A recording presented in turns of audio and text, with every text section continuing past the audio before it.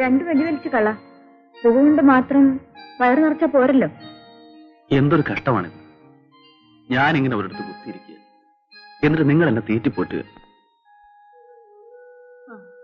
അതിപ്പോ അങ്ങനെയല്ലേ? പാവതുള്ളപ്പോ വേലെടുത്ത് ഞങ്ങൾക്കും തരുന്നുണ്ടല്ലോ.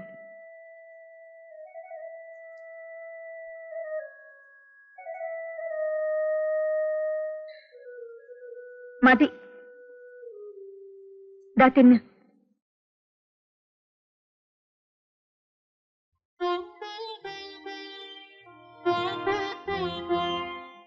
എന്താ, എന്തിനാ കരയുന്നേ?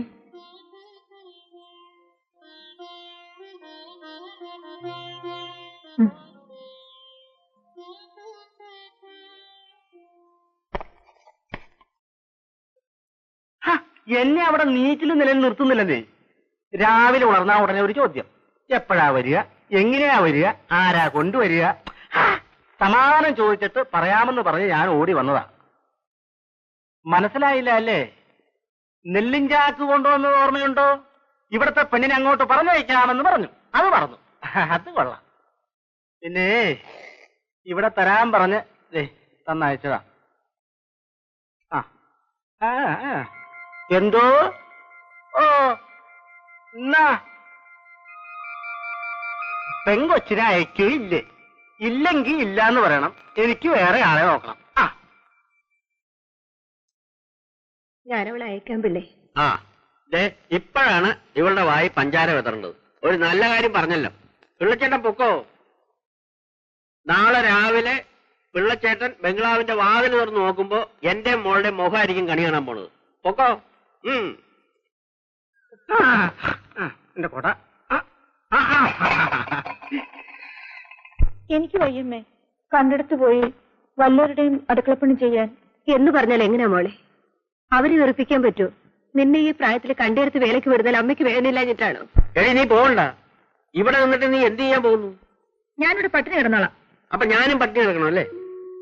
എടീ, നിന്റെ സ്ഥാനത്ത് ഒരു ആങ്കൊച്ചായിരുന്നെങ്കിൽ കട്ടോ പിടിച്ചു പറിച്ചിട്ടെങ്കിലും അവൻ എന്റെ വയറ് നിറച്ചേനെ. ദിവസവും 2 rupees എനിക്ക് കള്ളു കുടിക്കാനും തന്നേനെ. നിങ്ങൾ എന്തിനാ അവളെ ഇങ്ങനെ നിർബന്ധിക്കുന്നത്? അവൾക്ക് പോകാൻ ഇഷ്ടമില്ലെങ്കിൽ പോകണ്ട. എന്താണ്? ഞാൻ പോകാം. ഞാൻ പോയി ജോലി ചെയ്ത് അച്ഛന് ചോറ് തരാം, കള്ളു കുടിക്കാനുള്ള കാശും കൊണ്ട് തരാം. പോരെ? അങ്ങനെ എന്റെ മോക്ക് നല്ല ബുദ്ധി തോന്നട്ടെ.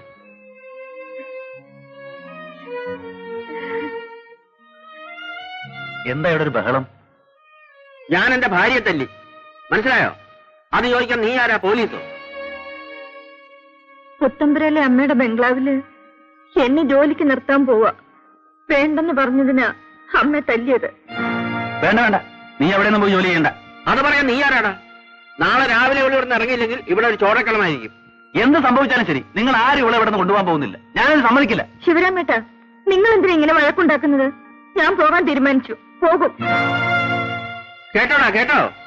നീ ഇങ്ങോട്ട് കയറി ഭരിക്കാനൊന്നും വരണ്ട. പോകണം.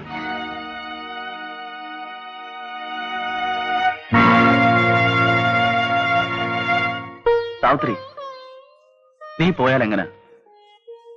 നീയാണ് എനിക്കിവിടെ ഉള്ളൊരു ആശ്വാസം. നിനക്കറിഞ്ഞൂടെ, നിന്നെ കാണാതെ ഒരു നിമിഷം പോലും എനിക്കിവിടെ കഴിയാൻ പറ്റില്ല. ഇഷ്ടമുണ്ടായിട്ട് പോവല്ലേ? ഞാൻ പോയില്ലെങ്കിൽ ഈ വീട്ടിൽ കൊലപാതകം നടക്കും. അച്ഛനമ്മയെ കൊല്ലും. ഒരു വീട്ടിൽ അടുക്കളപ്പടി ചെയ്യാനല്ലേ അച്ഛൻ പറഞ്ഞുള്ളൂ.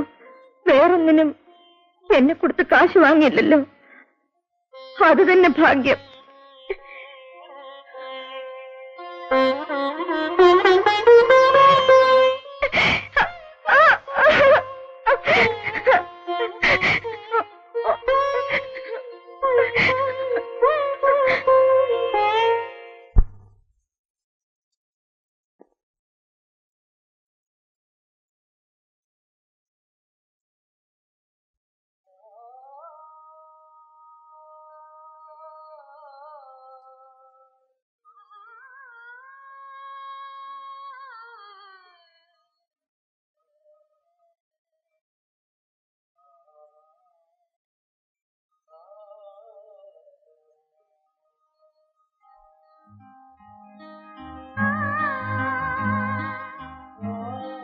ബസ്സിന് സമയമായി അല്ലേ?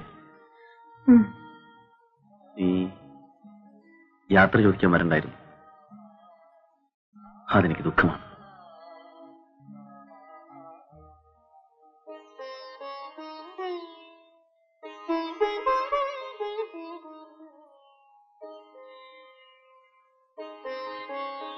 പോയിട്ട് വരൂ.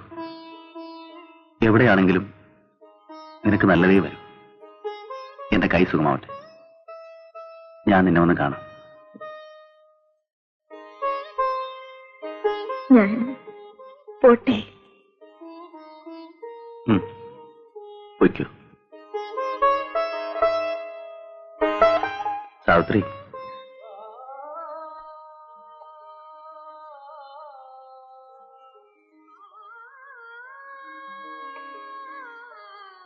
ഒന്നുമില്ല. ഇനി എത്ര നാള് കഴിഞ്ഞ ഞാൻ നിന്നെ നല്ലോണം ഒന്ന് കണ്ടോട്ടെ.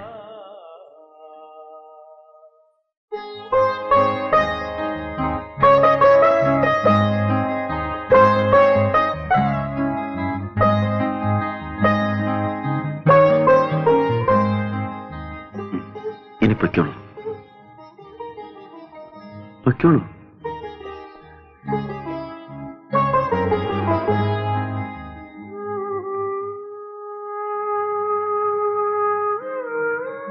ഞാനൊരു കാര്യം ചോദിക്കട്ടെ? എന്താ ചോദിക്ക. ചേട്ടന് എന്നെ ഇഷ്ടമാണോ? അതെന്താ നീ അങ്ങനെ ചോദിച്ചത്? നിന്നോട് മാത്രമേ എനിക്കിഷ്ടമുള്ളൂ. ചേട്ടൻ എന്നോട് സ്നേഹമാണോ? നിന്നെ മാത്രമേ എനിക്ക് സ്നേഹിക്കാൻ കഴിയൂ. ചേട്ടാ, നമ്മൾ ഒരുമിച്ച് വളർന്നു, ഒരുമിച്ച് ജീവിച്ചു. ഞാൻ ഒരുപാട് കാര്യങ്ങൾ ചോദിച്ചു. എനിക്കറിഞ്ഞൂടാത്ത കാര്യങ്ങൾ ചേട്ടൻ എനിക്ക് പറഞ്ഞു തന്നു. ഒന്നു മാത്രം ഞാൻ ചോദിച്ചില്ല, ചേട്ടൻ പറഞ്ഞുമില്ല.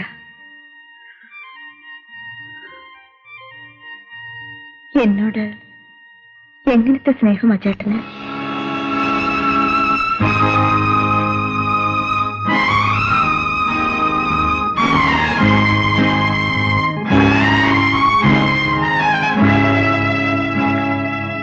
എടി മോളെ, ഇപ്പോഴാണ് നീ വലുതായെന്ന് എനിക്ക് മനസ്സിലായത്.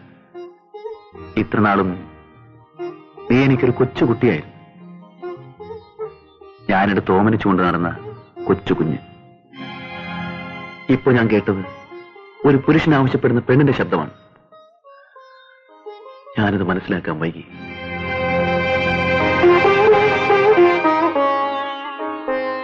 എനിക്ക് ആരോഗ്യമുണ്ട്, ജോലി ചെയ്ത് ഒരു പെണ്ണിനെ പോറ്റാനുള്ള കഴിവുമുണ്ട്. ഈ നാട്ടിൽ എന്റെ ഭാര്യയാകാൻ എനിക്ക് ഒരുപാട് പെണ്ണുങ്ങളെ കിട്ടും. എനിക്കില്ലാത്തത് ഒരു സഹോദരിയാണ്. എനിക്ക് വേണ്ടത് അതാണ്. നീ എന്റെ കൊച്ചു പെങ്ങളാണ്.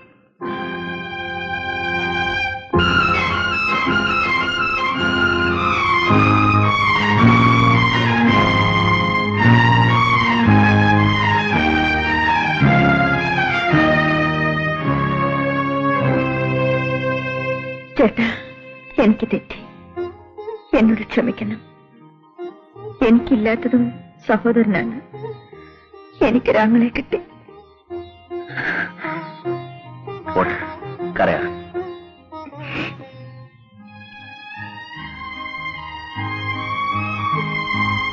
പോയിട്ട് വരും.